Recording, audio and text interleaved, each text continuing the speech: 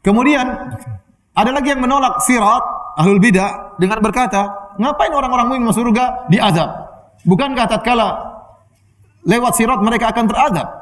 Melihat neraka ketakutan, itu sudah azab? Jawabannya tidak. Kita sudah sebutkan tadi, yang masuk lewat sirat 3 model dari orang-orang beriman. Yang pertama selamat, ya atau tidak? Yang kedua tersayat-sayat tapi selamat. Yang ketiga tersayat dan masuk neraka jahanam. Adapun yang termasuk dalam neraka jahanam, benar dia diazab, disayat sekaligus dimasuk neraka jahanam. Nah, ini adalah hari pembalasan. Hari pembalasan. Pembalasannya dimulai sebelum masuk neraka dengan disayat oleh besi dari neraka jahanam. Taib yang tadi tersayat namun selamat, sudah kita jelaskan. Nabi mengatakan, wa minhumul mujaza hatta yunajja. Orang yang tersayat itu adalah hukuman bagi dia, namun dosanya tidak besar sehingga hukuman tersebut tidak harus masuk neraka. Cukup disayat oleh besi, nanti dia selamat. Paham? Itu juga pembalasan, tidak ada masalah. Dia beriman bermaksiat, maksiat tidak terlalu banyak, perlu diazab, azabnya tidak perlu neraka jahanam, cukup diazab dengan disayat-sayat oleh besi tersebut, namun dia selamat. Yang pertama, najin musallam, yang selamat, diselamatkan oleh Allah Subhanahu wa taala, mereka tidak terazab sama sekali. Mereka orang-orang saleh, tapi mereka harus melewati sirat, mereka melihat kengerian neraka jahanam. Kenapa? Agar mereka benar-benar lebih bersyukur kepada Allah Subhanahu wa taala. Orang yang tiba-tiba ke surga tanpa melihat kedahsyatan neraka jahanam, rasa syukurnya tidak seperti orang yang sempat lihat neraka jahanam. Makanya dia mengatakan, unduru ilaman asfala minkum. Masalah dunia, lihat orang yang di bawah kalian supaya kalian bersyukur. Terkadang kalau kita tidak lihat orang di bawah, kita merasa nikmat yang kita rasakan ini memang sudah kewajiban Allah harus berikan kepada kita. Ingat, masih banyak orang yang tidak dapat kenikmatan. Sehingga kita lihat mereka di bawah, kita bersyukur. Ternyata Allah berikan kita kenikmatan. Sehingga timbul rasa syukur kita tatkala kita melihat orang yang lebih parah daripada kita. Nah, bagaimana orang beriman tatkala mereka melihat neraka jahanam, meskipun mereka tidak terkena panasnya, tapi mereka bersyukur kepada Allah begitu sampai neraka, sampai surga, mereka tahu betapa besar nikmat yang Allah berikan kepada dia. Oleh karenanya Rasulullah SAW menyebutkan tentang orang yang terakhir masuk surga. Itu seorang yang sudah diazab di neraka jahanam, kemudian dia keluar dari neraka jahanam, tertatih-tatih, merangkak, terkadang dihantam oleh api neraka jahanam, hangus mukanya, akhirnya dia selamat. Waktu dia selamat, kemudian dia balik, lihat neraka jahanam. Kemudian dia muji Allah, dia mengatakan, alhamdulillahilladzi najjani Allahu minki. Segala puji bagi Allah yang telah menyelamatkan aku dari engkau, wahai neraka jahanam. Karena dia tahu betapa tersiksanya masuk neraka jahanam. Laqad a'tani Allahu, ya, ata'an malam yu'ti ahadan minal awwalin wal akhirin. Sungguh Allah telah berikan aku anugerah yang tidak pernah Allah berikan kepada siapapun dari manusia ini dari dulu sampai sekarang. Padahal nikmat dia masih banyak yang lebih banyak, tapi dia merasa ini nikmat yang paling besar. Kenapa dia baru saja lolos dari neraka jahanam? Jadi di antara hikmah kenapa kita lewat sirat, kalau kita selamat ke surga, kita lebih bersyukur kepada Allah. Ternyata ada siksaan yang sangat dahsyat yang kita diselamatkan oleh Allah Subhanahu wa taala. Kalau nyemplung situ luar biasa.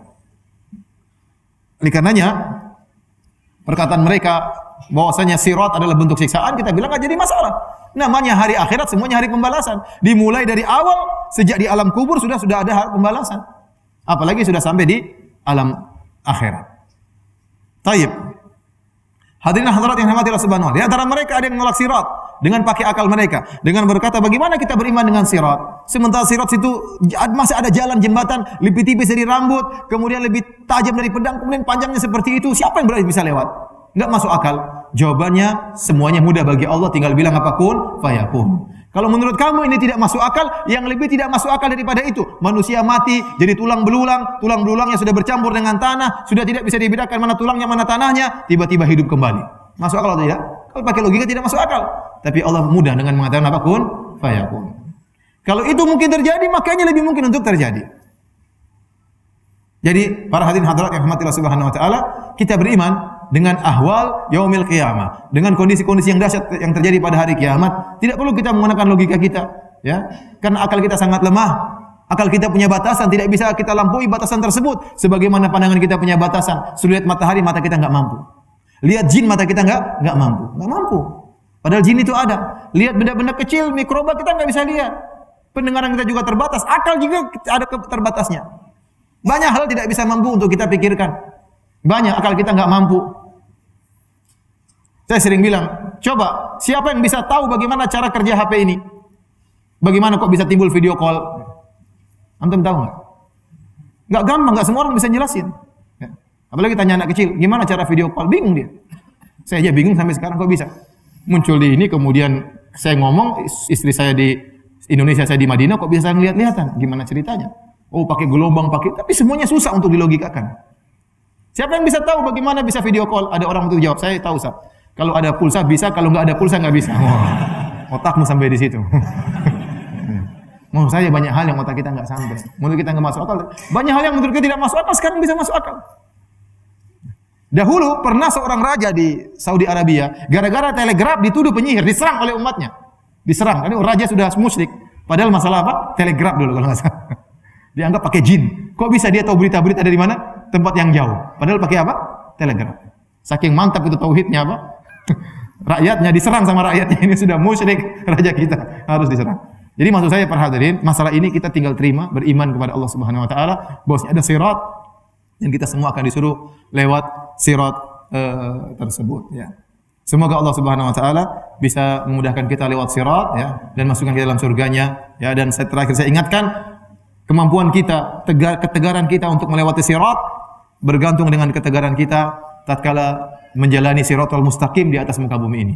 Sekarang kita berada di atas siratal mustaqim. Apakah kita tegar berjalan di atas Al-Quran dan Sunnah? Itulah siratal mustaqim. Kalau kita tegar di dunia, maka kita akan tegar tatkala melewati sirat di akhirat. Kalau kita tidak tegar di dunia, kita tidak akan tegar tatkala di akhirat. Demikian saja. Kalau ada yang bertanya, saya persilahkan. Wallahu taala alam bisawab.